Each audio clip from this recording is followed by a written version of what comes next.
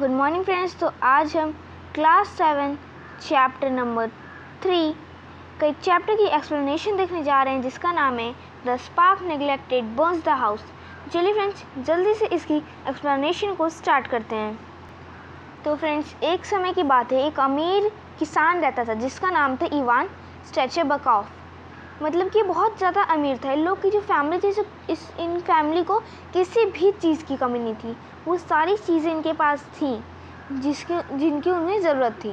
And friends उनके पास इतना ज़्यादा गेहूँ अनाज था कि मतलब आज जो उन्होंने बोया है, मतलब इस साल जो बोया है वो अगले साल के एंड तक आराम से उन लोग की फैमिली पूरा उसी ग्रेन से अपना पूरा अगला साल भी बिता सकती है। अब जो एक इंसान था जो उसकी फैमिली में काम नहीं करता था वो था इवान का पापा। इवान का पापा क्यों काम नहीं करते थे? क्योंकि वो ऑलरेडी बहुत एजेड हो गए थे, मतलब बहुत बूढ़े हो गए थे और उनको अस्थमा थी। तो मतलब क्या करते थे, ओवन के ऊपर लेटे रहते थे। मतलब ओवन के ऊपर मतलब कि एक रशियन कहानी है फ्रेंड्स। तो ओवन का यूज़ कमरे को गर्म करने के लिए भी किया जाता था, तो वो गर्म कंपार्टमेंट में सोया करते थे। अब जो इवान स्ट्रेचेबकोव की फैमिली है उन लोग तब तक तो बहुत खुशी से रह रहे थे जब तक कि उनके जो पड़ोसी गैब्रियल उनसे उनका झगड़ा नहीं हो गया। और झगड़ा किस बात के लिए हुआ था फ्रेंड्स? कुछ अंडों के लिए। हाँ फ्रेंड्स, कुछ अंडों के लिए, कुछ नहीं, एक अंडे के लिए उनके यहाँ पे झगड़ा हो गया था। कैसे झगड़ा शुरू हुआ था देखते हैं। तो फ्रेंड्स जो इवान की डॉटर इन लॉ थी, मतलब कि इवान की जो बहू थी, वो क्या करती थी, वो हर रोज़ एग कलेक्ट किया करती थी। एग मीन्स फ्रेंड अंडा। हर रोज़ वो कलेक्ट किया करती थी। उसके पास एक हैन थी तो फ्रेंड्स, तो उससे वो हमेशा हर सुबह एग कलेक्ट करती थी ईस्टर के लिए। तो फ्रेंड्स एक दिन वो एग कलेक्ट करने गई पर उसे एग नहीं मिला। क्यों? बिकॉज फ्रेंड एक बार जब बच्चे खेल रहे थे तो उन्होंने गलती से उस मतलब कि जानबूझ के उस हैन को डरा दिया और वो हैन उड़ के गैब्रियल कौन था? उनका पड़ोसी था, तो उनके यार्ड में चली गई। अब तक कोई दिक्कत नहीं हुई थी फ्रेंड्स, किस मतलब कि झगड़ा भी स्टार्ट नहीं हुआ है। कैसे बताने कि झगड़ा कैसे शुरू हुआ? तो फ्रेंड्स जब मुर्गी वहाँ उड़ गई तो ये बात इवान की डॉटर इन लॉ मतलब इवान की बहू को ये बात नहीं पता थी। तो हर रोज़ की तरह वो एग लेने गई और जब उसे एग नहीं मिला तो उसने सोचा कि ज़रूर मतलब कि जो हमारी हैन है वो वहाँ उड़ के गलती से चली गई होगी।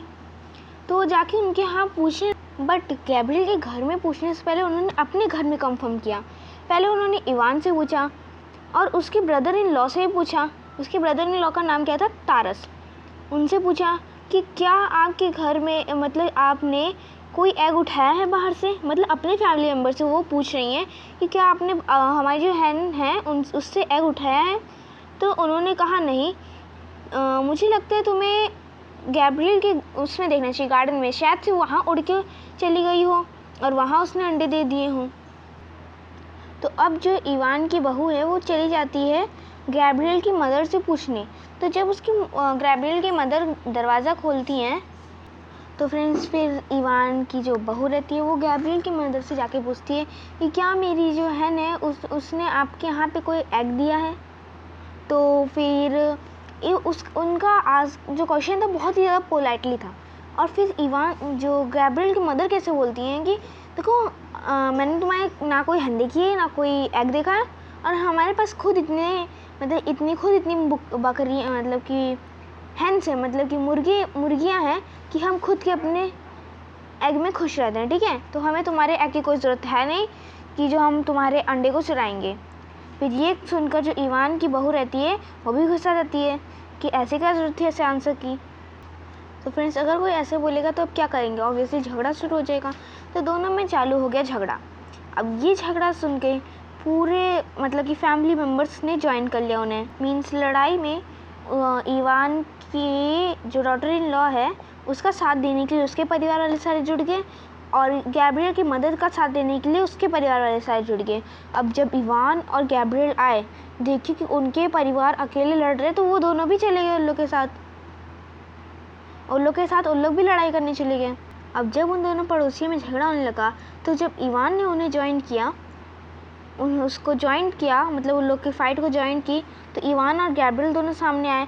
तो अब इवान ज़्यादा ताकतवर हो गया गैब्रियल से और उसने क्या किया, इवान ने गैब्रियल की दाढ़ी पकड़ी और उसे खींच लिया।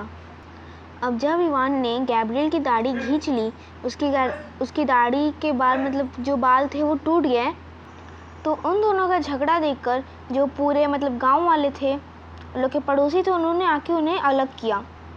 अब गैब्रियल गुस्से में आ गया और जो उसकी दाढ़ी के बाल टूटे हुए थे उसने उन टूटे हुए बालों को एक पेपर में लपेटा और चला गया डिस्ट्रिक्ट कोर्ट में, मतलब कोर्ट में चला गया। किस बात के लिए? कि मुझे जस्टिस चाहिए, मैंने अपने बाल इसलिए नहीं उगाए हैं ताकि ये जो गंदे चेहरे वाला मतलब स्पॉटेड फेस, मतलब जिसके चेहरे पर मीन्स इस गंदे चेहरे वाले जिसके मतलब चेहरे में गड्ढे हैं, उस इवान के लिए मैंने अपनी दाढ़ी नहीं उगाई है। और ऐसे ही ये डिस्प्यूट शुरू हो गया, ये झगड़ा शुरू हो गया। एक एग से ये झगड़ा यहाँ तक आ गया और आगे कहाँ तक जाएगा। तो फ्रेंड्स, अब जो इवान का फादर रहता है वो बहुत चिंतित हो जाता है ये सुनकर कि जो हमारे जो दो परिवार हैं, मतलब कि हमारे जो पड़ोसी हैं, वो और मेरे बेटे में इतना गंदा झगड़ा हो गया है बस एक एग के लिए। उन्होंने कितना समझाने की कोशिश की कि अपने बेटे इवान को कि क्या कर रहे हो बेटा, तुम्हारी वजह से जो तुम अब्यूज़ कर रहे हो दोनों अब मतलब कि पड़ोसियों में, तो उससे तुम्हारे चिल्ड्रंस पे कितना बुरा इफ़ेक्ट पड़ रहा है। उन लोग भी अब्यूज़िंग करना शुरू कर देंगे, गाली देना शुरू कर देंगे। एक एग की क्या वैल्यू रहेगा ये? अगर हमारे पास इतनी सारी हैन है, इतने सारे अंडे देती हैं, तो क्या एक एग से कुछ बदल जाएगा? उन्होंने इतना समझाया इवान को, पर इवान ने सोचा कि ये हैं तो बूढ़े ही, क्या ही करना है इनकी बात ही, क्या ही वैल्यू रखना, इनका दिमाग काम नहीं कर रहा होगा, वैसे ही बूढ़े हो गए। ये सब उन्होंने मतलब इवान ने अपने फादर के बारे में सोचना शुरू कर दिया। उसके बाद जब जो इवान था वो भी वहाँ कोर्ट में चला गया, मतलब कि वो भी एक कदम भी पीछे नहीं हटेगा। अब उसी में जो थी ऐसे ही हर दिन ऐसा नहीं, मतलब कि हर दिन ऐसा जाता था जिसमें लोग झगड़ा करते थे। ऐसा एक भी दिन नहीं जाता था जिसमें लोग झगड़ा ना करें। और फ्रेंड्स, जो बच्चे थे वो भी एक दूसरे को अब्यूज़ करना शुरू कर देते थे, गाली देना शुरू कर दिए थे। और जब भी जो मतलब कि वुमेंस थी, मतलब कि वुमेंस लोग जब कपड़े धोने जाती थी तो उनके हाथ उतने नहीं चलते थे जितना उनका मुँह चलता था। ओके फ्रेंड्स, तो ये बात हो गई थी, मतलब कि और ऐसे ही करते करते हर एक दिन उनका ज़्यादा मुश्किल होता जा रहा था। मतलब झगड़े की वजह से लगता था कि आज ये क्या बोल रही है, उन्हीं पे ध्यान रहता था उनका, और वो अपने काम पे ध्यान नहीं दे पाते थे। तो और फ्रेंड, जो गैब्रियल था वो हर दिन स्विंग, मतलब कि फ्रेंड्स आपकी बुक में एक स्विंग SUING वर्ड दिया, इसका मतलब है फ्रेंड्स मुकदमा। तो फ्रेंड्स, जो गैब्रियल है वो हर वक्त मुकदमे करता रहता था विलेज असेंबली में। और जो डिस्ट्रिक्ट कोर्ट थे वो भी एकदम से मतलब कि परेशान हो गए थे इन लोगों की वजह से, फेडअप हो गए थे, एकदम परेशान हो गए थे किसी वजह से, गैब्रियल और इवान के झगड़े की वजह से। मतलब हर एक छोटी छोटी बात पे लोग झगड़ा करते थे।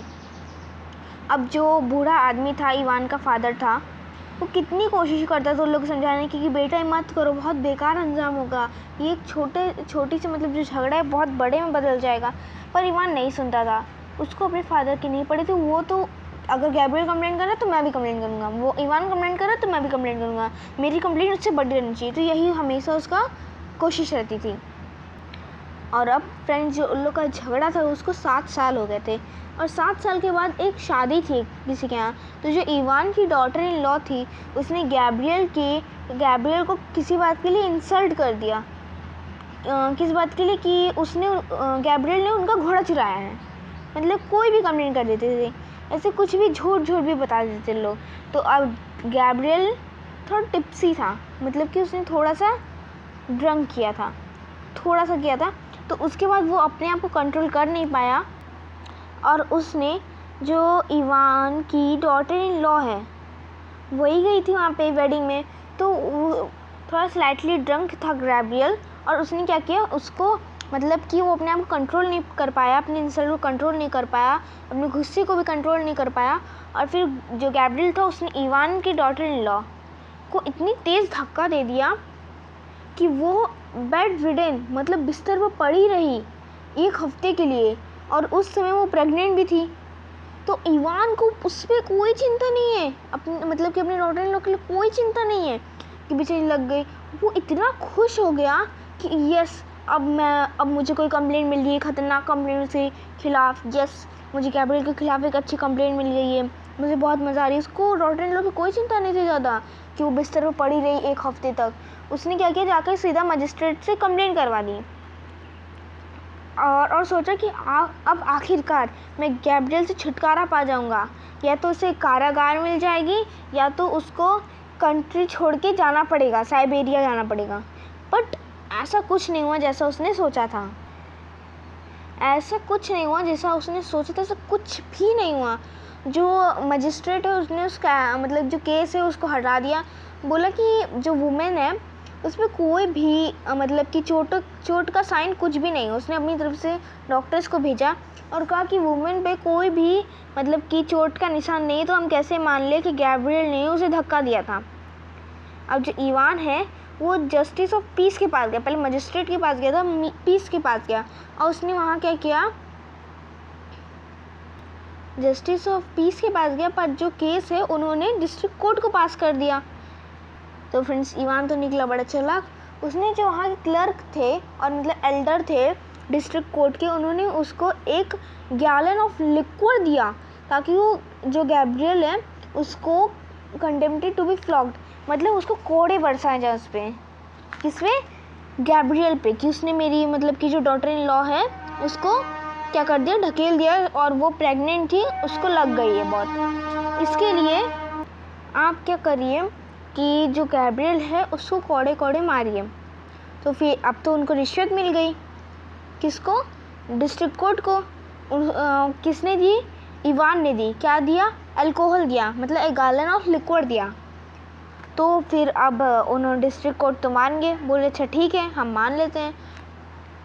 हाँ, तो और उन्होंने कहा कि हाँ ठीक है, अब गैब्रियल जो है वो उसको कोड़े मिलेंगी। जब गैब्रियल ने ये सुना, मतलब वो तो एकदम कांप गया।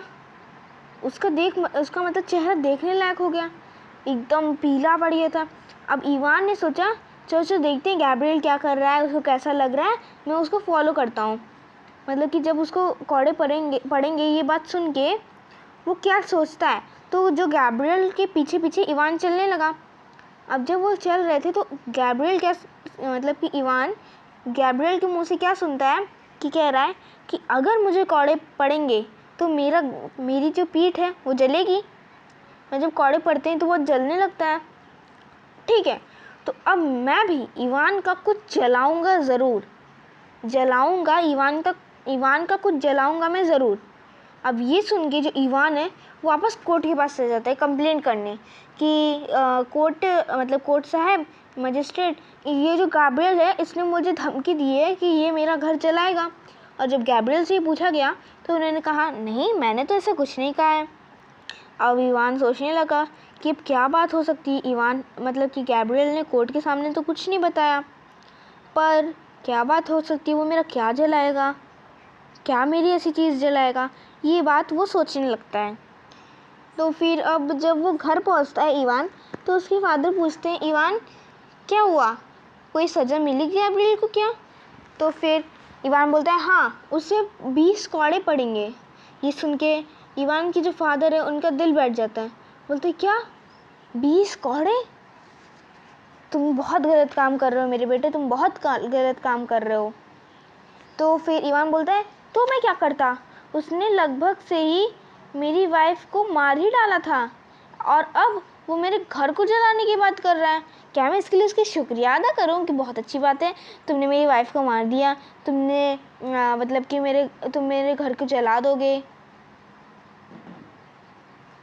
तो फिर ओल्ड मैन मतलब कि उसके पापा हैं वो खांसते हैं, मतलब अपना गला साफ़ करने, जैसे हम लोग बोलते हैं ना ऐसे उन्होंने अपना गला साफ़ किया और कहा कि क्या यही तुम्हें क्रिस्ट ने सिखाया है। क्रिस्ट मतलब फ्रेंड्स गॉड। क्या यही तुम्हें गॉड ने सिखाया है।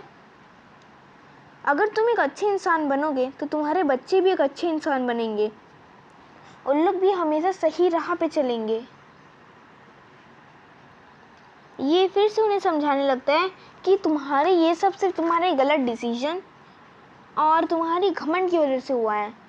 तुम्हारे पास कितना खेतीबाड़ी का काम था, अगर तुम ये मतलब कि सब झगड़े के बारे में कम करके अपने काम पे ध्यान देते तो शायद से तुम भी और सुख से रहते, पर नहीं, तुम्हें तो झगड़ा करना है। फिर इवान वहाँ से फिर चला जाता है और फिर मतलब फ्रेंड जब वो अपने घर मतलब वहाँ खेत में जाता है तो देखता है उसके जो बेटे हैं वो आ रहे हैं मतलब खेती से। उसकी जो डॉटर इन लॉ है वो मतलब स्पिनिंग कर रही है, उसकी जो वाइफ है वो खाना बना रही है, उसका जो एल्डर बेटा है मतलब सबसे बड़ा बेटा है वो स्ट्रैप्स ऑफ बार्क शूज़ मतलब फ्रेंड्स जो मतलब कि पहनने मतलब पैर में पहनने के लिए होता है, वो नेचुरल मटेरियल से बना जाता है, जैसे कि ट्री मतलब बार्क ऑफ ट्री और बास्ट फाइबर्स, इन सारी चीज़ों से बनाया जाता है। ओके फ्रेंड्स, स्ट्रैप्स मतलब फ्रेंड्स उसकी लेसेस। तो और दूसरा बेटा मतलब कि टेबल के पास बैठ के बुक पढ़ रहा होता है। तो यही से मतलब सारे लोग ऐसे ऐसे काम कर रहे थे। तो अब फ्रेंड जो इवान रहता है वो तारस को मतलब कि घोड़े के बच्चे पे बैठने के लिए मदद करने लगता है। जब उसको बैठा देता है तो फिर उसको गैब्रिएल की बातें याद आने लगती हैं, मतलब कि जैसे उसकी बातें जो मतलब कि उसने डिस्ट्रिक्ट कोर्ट में कहा था वो बातें उसके मतलब कि दिमाग में छप गई थी। तो वो यही सोचते सोचते वो जा रहा था। वो पहले सीधे जाता है मतलब कि रोड तक पहुंच जाता है, वो सीधे जाता है, फिर पूरा कॉर्नर लेता है।